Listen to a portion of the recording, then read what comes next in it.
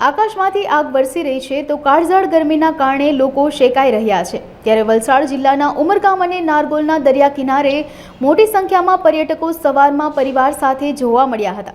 ગરમીથી રાહત મેળવવા દરિયા કિનારાની મોજ અને ઝાડની ઠંડી હવા લોકોને અહીં ખેંચી લાવે છે। મળતી માહિતી પરથી જાણવા મળ્યું છે કે કાળઝાળ ગરમી વચ્ચે પર્યટકો અહીં રાહતનો અનુભવ કરી રહ્યા છે। ઉપરાંત અહીંનો માહોલ બાળકોથી લઈને વૃદ્ધો સુધી સૌને આનંદ આપે તેવો છે।